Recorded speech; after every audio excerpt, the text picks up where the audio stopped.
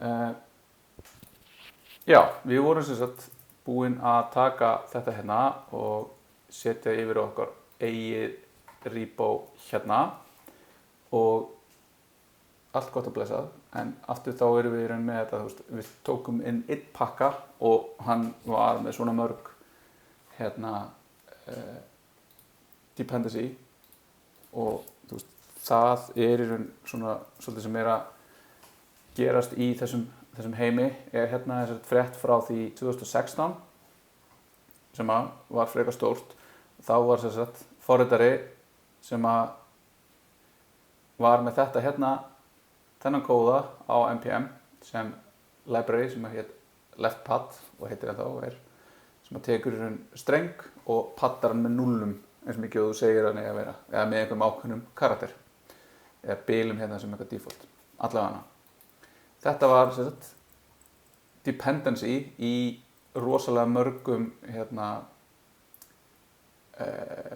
pökkum og ég er nú að sjá hvað var eitthvað hérna. Það var til dæmis Babel sem var transpiler, það var það var bara fullt af pökkum, það var bara bókstaflega allt fór á hliðina þegar að þessi forritari fjarlægði pakkan úr NPM út af því það voru svo margir sem dependu á hann. Þannig að þegar fólk fór inn og var eitthvað hérna, já, nú ætla ég að fara að vinna, ég ætla að fara að gera eitthvað og ég ætla að keyra hérna og ég er með þetta hérna, þetta er bara eins og einhver hafi fjarlægt Jest og ég reyna að segja hérna, ég ætla að fá Jest útgáfu 27. Hún bara er ekki hérna lengur og þá bara kemur bara eitthvað villa og bara ekkert virkar. Og fólk hélt nú að það væri búið að slá niður fullt af varnaglum og passa upp á þetta myndi nú aldrei gerast. Þangað til bara í seinustu viku að sem sagt, það var annar forritari sem að gera ekki nákvæmlega þetta, en það er forritari sem að gaf út Colors og Faker sem að eru tvö hérna open source project. Við erum með Faker hérna sjáum við eitthvað, það er komið eitthvað svolítið skrítið hérna og við förum hér og sjáum við bara að það sem að viðkomandi gerði var í raun að njúka Git repositoryið og pússa nýju committi sem var í raun ekkert og er í raun þannig bara ennþá og við það í raun bara fjarlæðist þetta project og svo er þetta náttúrulega bara einhver sorgleg saga hérna bak við þetta að hann bara komin eitthvað djúpt í einhver QAnon conspiracy theories og hérna og er hérna með spurningur Aaron Swartz, en það er einmitt 9 ár síðan hann framdi sjálfsmorð í fyrradag eða í gær sem var tengt í raun bara hans hans missioni að frelsa upplýsingar og það er mjög góð mynd hann sem er alveg verðt svona í kringum innan kultúr sem er í kringum bæði internetið og vefinn. Allavega hann gerði þetta og þá bara brotnaði og þá var í raun þessi Colors pakki sem að í raun áttu bara að geta gert það að þú setur inn hérna liti í konsolið, þannig að þú vart að reyna NPM installaði að gera eitthvað svona fín tól, þá getur þú notað svona ANSI litakóða til þess að hérna lita og gera eitthvað skemmtilegt. Og hérna lítur nú út fyrir eitthvað, hérna var samt annað sem var gert sem var eitthvað Liberty, það sem var, já. En allavega þetta var meira malicious sem að setja inn í raun endalausa lúpu. Þetta í raun bara að gomma af hérna svona CI tólum fóru bara að spinna bara og kláruðist aldrei því að það var bara endalaus lúpa inn í einu dependencyinu. Og þetta er aftur bara eitthvað svona, hvað erum við búin að gera? Erum við bara búin að byggja þetta allt á einhverjum legum hérna, öll þessi hérna open source library sem við erum að nota og allt þetta dot. Og þannig að þetta er eitthvað sem er mjög viðeigandi að hugsa þegar við erum að taka á okkur fullt af svona dependency. Hvað þýðir það? Hver er kostnaðurinn? Af því að hann er ekki 0. En allavega, við erum komið með þetta hérna á repoð okkar og við erum bara með þetta hérna og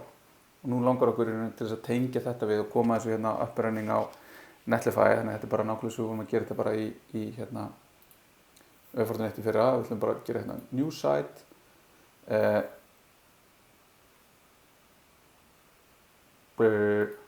start from a template, byrjum við sites, okkur fæ ég ekki, ég komin í eitthvað hámark, sjá, slúm bara hendi einhverju hérna, svona, burt með þetta, sjáum hér, já, nei, joke, importa bara, já, ok. Þá fá ég hérna og þá ég búin að tengja þetta við mig hérna, en ég ætla að reyna að fara hérna yfir á webforritun, organisationið og ég ætla að finna hérna web 2. Hérna leitar hann í raun að,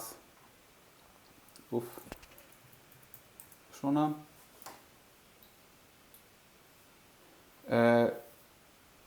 Sko, Vercel, það er spurning hérna með að nota Vercel eða Netlify.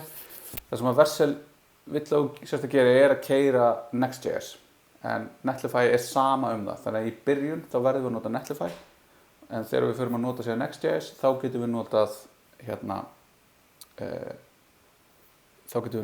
Vercel. Þannig hérna ætlum við að segja að þetta á að fara úr source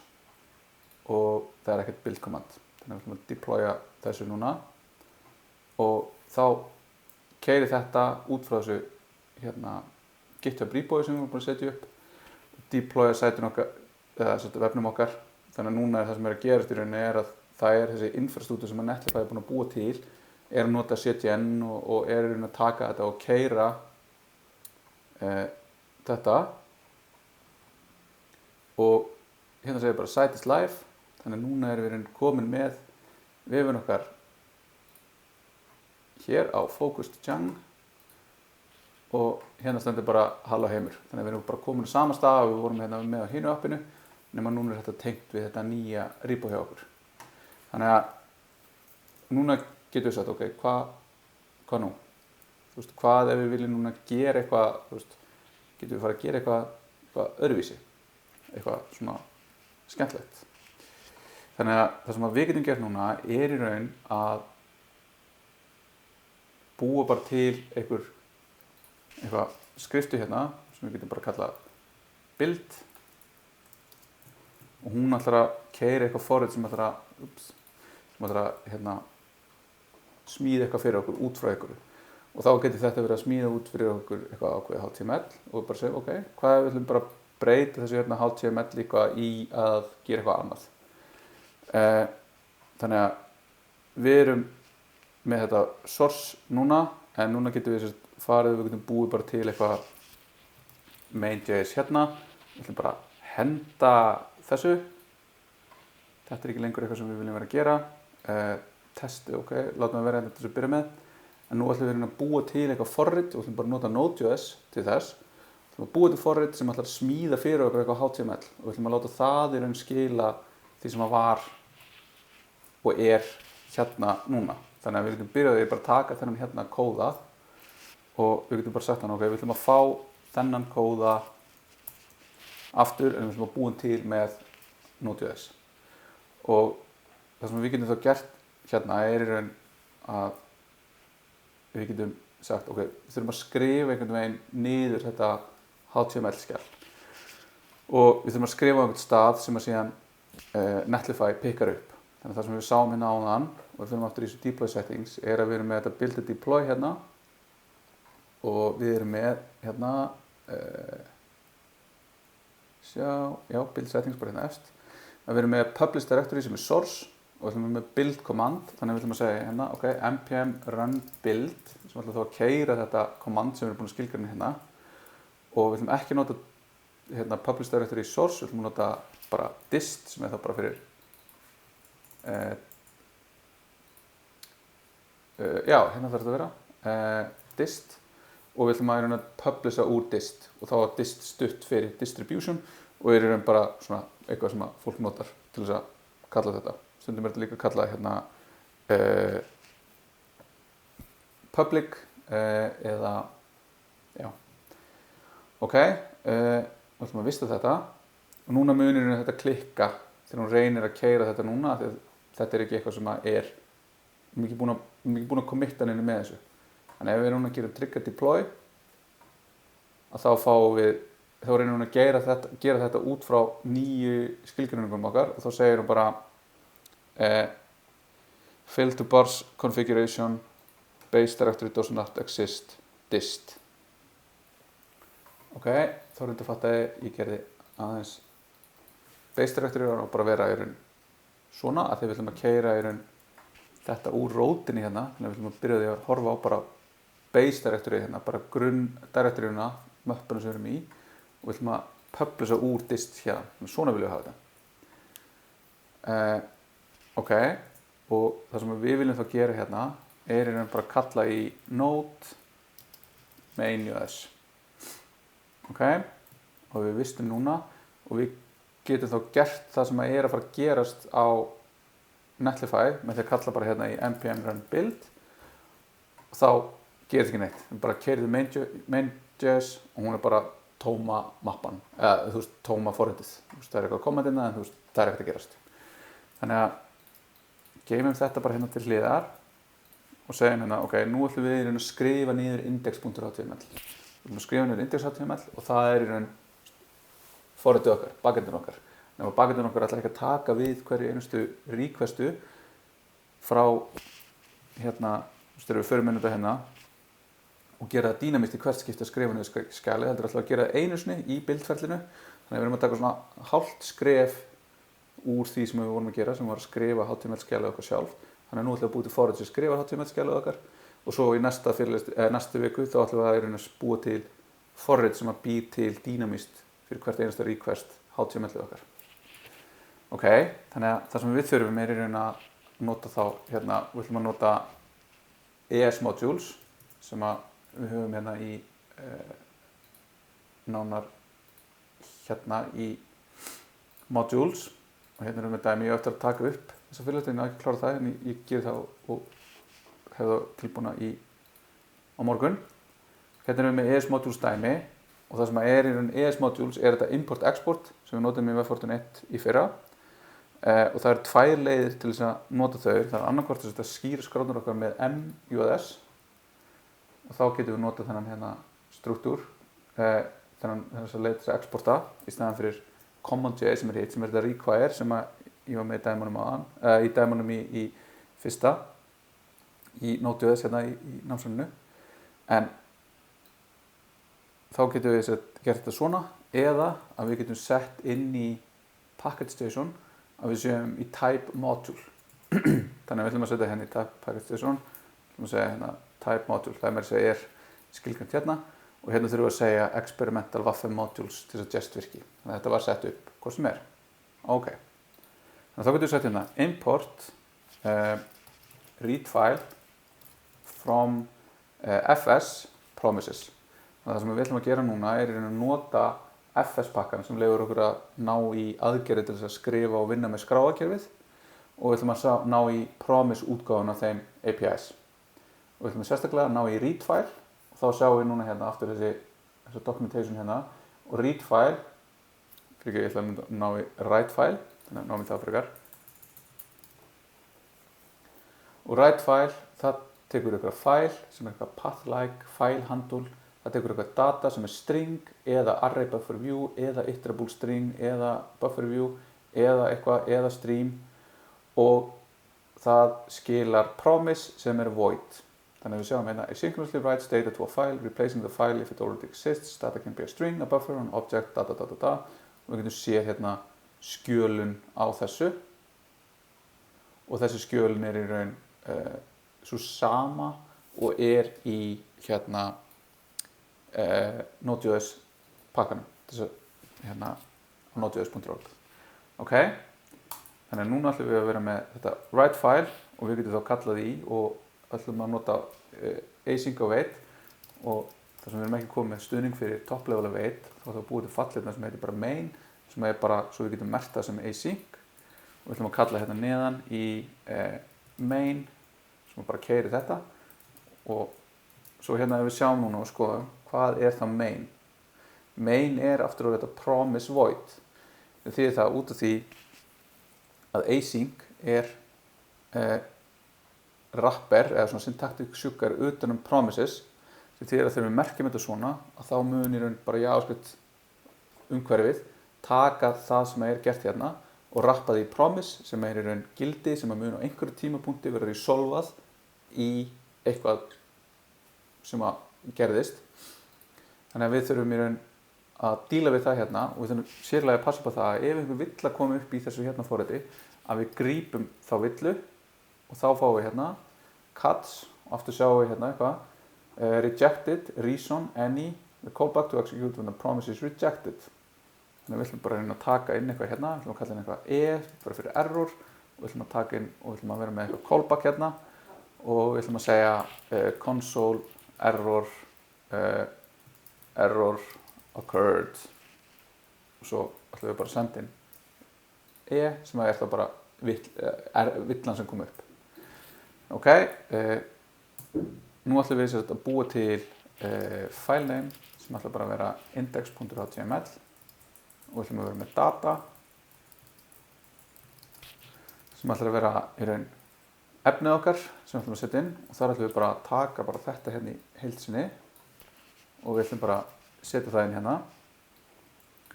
Þannig að þetta hérna svona backtick til þess að skilgreina streng og þetta þá strengur sem að leyfir okkur að skrifa í marga línur í einu og svo getum við sett inn eitthvað meira hérna. Þannig að við ætlum líka að vera með svona gögn fyrir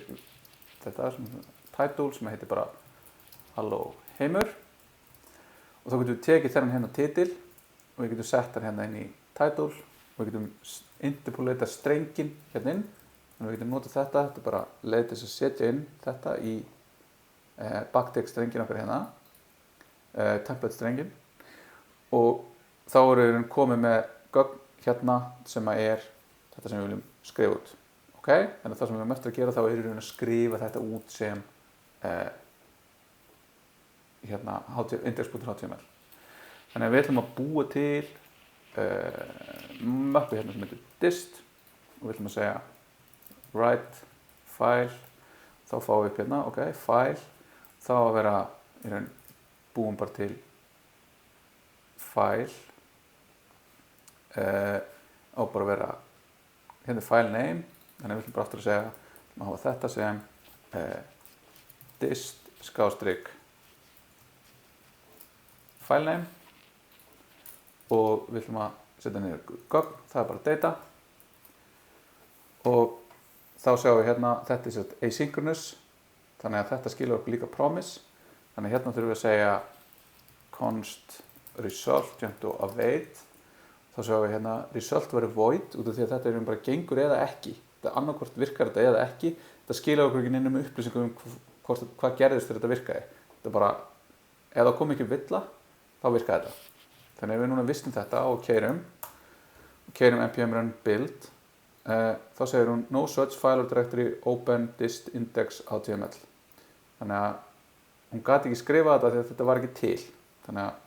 við erum ekki búin að segja í raun hvað á að gerast ef að hérna newly created file þannig að nú bara eitthvað hérna ok, hvernig áttum við að gera þetta, við sjáum það ekki þarna en nú bara hérna, ok, write file new node.js hvað fáum við upp hérna ok, node.js.org, how to write files ok, flott hvað sjáum við hérna, eitthvað sem hjálpar okkur write file doesn't exist ok undefined permission denied við þurfum einhvern veginn að vita hvernig við höfum að hérna segja henni að búa til skrána ef hún var ekki til þannig að nú erum við bara hérna, ok, hvað hérna ok, þá sjáum við hérna einhver option sem við getum sett inn og þá þessi flögg og þá þessi flögg segja til hvað á að gerast þegar við erum að gera eitthvað við skrá sem nú þegar til af því að stundum viljum við skrifa yfir, stundum viljum við skrifa yfir aftast stundum viljum við búa til og skrifa inn í og þá það þessi flögg sem segja til hvað á að gerast og þá sjáum við hérna og þá getum við farið hérna til að skoða nánari skjölun á því hvað þetta og þá þetta sem er bara mappa á móti því hvernig hvert og eitt stýrikerfi meðhanda það hvernig á að skrifa og þá til mörg mismunandi stýrikerfi, skráarkerfi, hvort það FAT eða MTFS eða eitthvað annað og það þetta getur skipt máli upp að hvernig við erum að vinna með á hvaða vélum eitthvað svona. En ok, hérna þá segjum við open file for appending, the file is created if it does not exist. Ok, en við viljum óræta, ok, exist, sjá, þetta ekki alveg það sem ég vildi hoppa svona langt.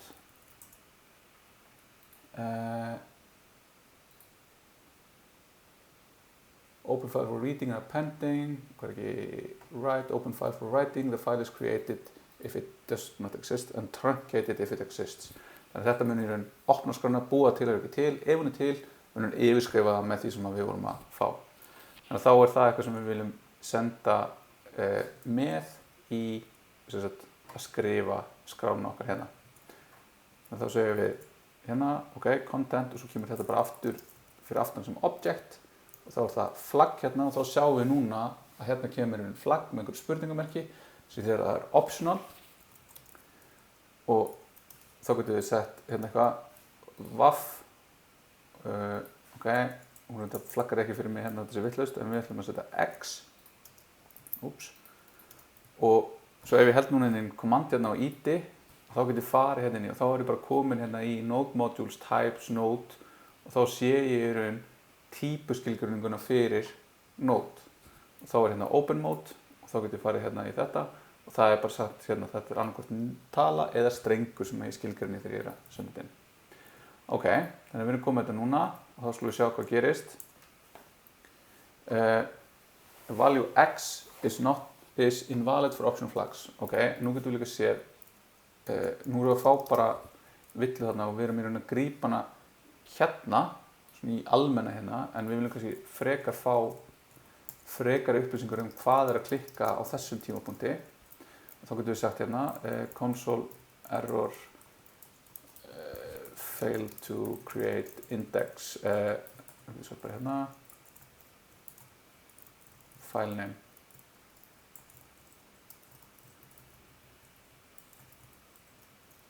Og sett síðan villuna og við keyrum þetta núna. Þá fáum við hérna fail to create index.html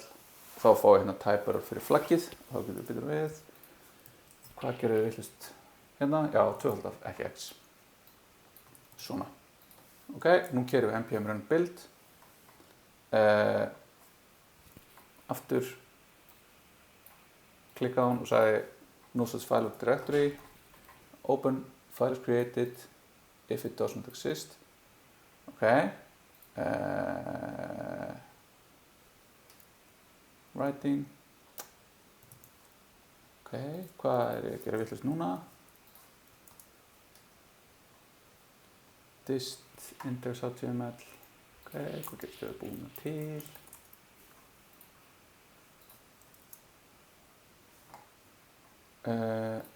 já nú ég að gera mistök hérna sem eru mjög klassísk ég reyna að skrifa sér á rótina á skráarkerfinu mínu. Þannig að ég reyna að skrifa inn í þessa hérna möppu sem ekki til. Ekki inn í þessa hérna möppu. Það einfaldlega út af því ég gleymdi þessum hérna litla punkti. Þannig að ef við gerum þetta svona, og gerum núna, að þá gerist eitthvað, þá gerist það að þetta hérna var skrifað. Og nú getum við hent þessu, keyrt þetta aftur og aftur var þetta til. Þannig að núna erum við að búa til þetta index.html og þá getum við að hvað gerist ef við hendum möppunni þá fáum við villu út af því að við erum ekki búin að taka afstöðu til þess hvað eiginlega gerast þegar að mappan ekki til bara hvað gerist þegar við erum að skrifa í skrána þannig að þetta flagg tekur bara til skrárinnar ekki til möppunar og það þurfum við að nota önnur hérna API sem til dæmis, það sem við þurfum að nota makedir og makedir í raun býr til möppunar eftir því sem við þurfum að búa þær til. Þannig hérna er synchronously creates a directory. Þannig þá erum við komin með hérna, ok, eigum við að búa til möpunum til eða eigum við bara einfallega eiga hana hérna og nei, þetta er ekki það sem ég ætla að gera. New folder, dist. Ok, npm run build, svona og þá er þetta aftur fyrir að virka og þá getum við farið hérna og sagt git add punktur, git commit, message, add build script og git push og þá fyrir þetta yfir á Netlify og þá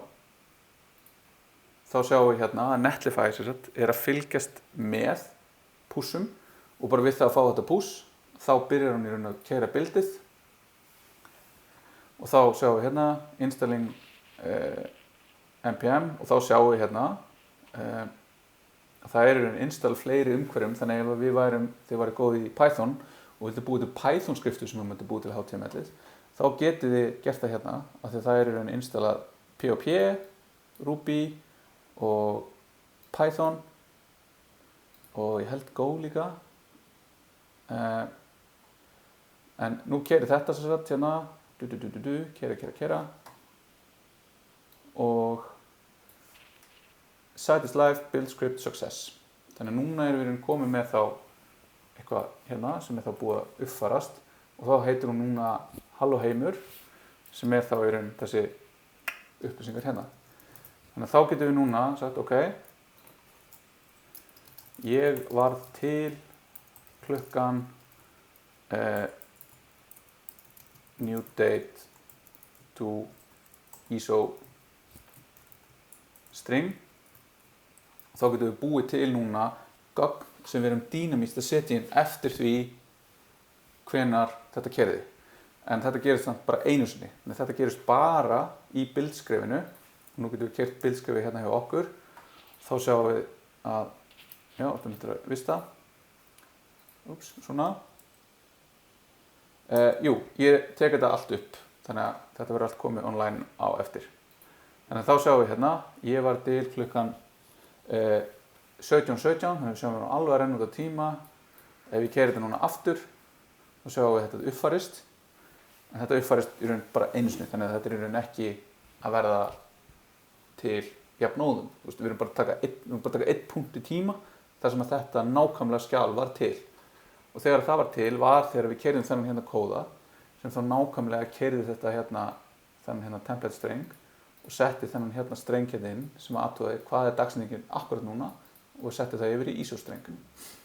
þannig að nú getum við sagt hérna git add punktur add date of creation púsum því þá sjáum við í raun að þetta er hérna og við erum í raun ennþá að púsa þessu með sem er kannski ekkert endilega málið og reloadum hérna sjáum þetta hérna keyrast og þá sjáum við hérna keyra aftur og site is live þá sjáum við hérna ég var til 17:18:07 og þá er í raun út af því að við skilgreinum hérna að þetta skrifa yfir skjalið sem var til